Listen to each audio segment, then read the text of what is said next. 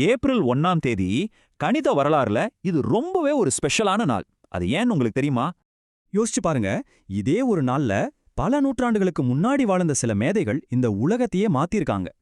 உங்ககிட்ட யாராச்சும் வந்து கணக்கெல்லாம் உனக்கு செட் ஆகாதுன்னு சொல்றாங்க, ஆனா உலகத்தையே மாத்துற சக்தி உங்ககிட்ட இருக்குன்னா? இந்த கேள்விக்கான பதில் ஏப்ரல் 1, 1776ல பிறந்த சோஃபி ஜெர்மைன் கிட்ட தான் இருக்கு. வீட்ல எதிர்ப்பு, அதனால யாருக்கும் தெரியாம கணக்கு படிச்சாங்க. ஒரு ஆண் பேர்ல தான் தன் அறிவை வெளிப்படுத்தினாங்க. கத்துக்கணும்னு ஒரு வெறி இருந்தா அதை யாராலையும் தடுக்க முடியாது இல்லையா? மறுபடியும் ஏப்ரல் 1. ஆனா இந்த தடவை நாம இன்னும் கொஞ்சம் பின்னோக்கி போறோம். நீங்க ஒரு புது ஐடியாவை கண்டுபிடிக்கிறீங்க, ஆனா உலகம் அது 150 வருஷத்துக்கு மறந்துட்டா எப்படி இருக்கும்?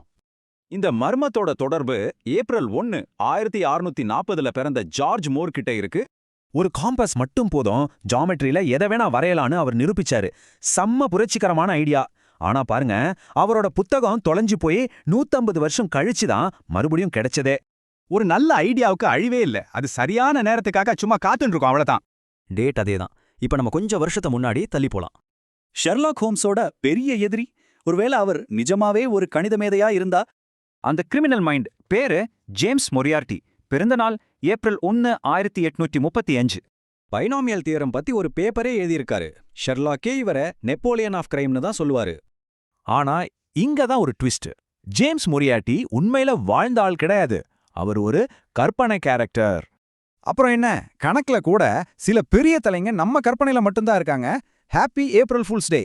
நாம இன்னைக்கு பார்த்த இந்த 3 பேரையும் இந்த டைம்லைன் ஒன்னு சேர்க்குது. அவங்க நிஜமானவங்களா இருக்கலாம், இல்ல கற்பனையா இருக்கலாம். ஆனா எல்லாரும் மறைஞ்சிருந்த உண்மையை தேடினாங்க. சாதாரணமா நாம பார்க்குற ஒரு கேலண்டர்ல இன்னும் என்னென்ன ரகசியங்கள் ஒளிஞ்சிருக்கோ?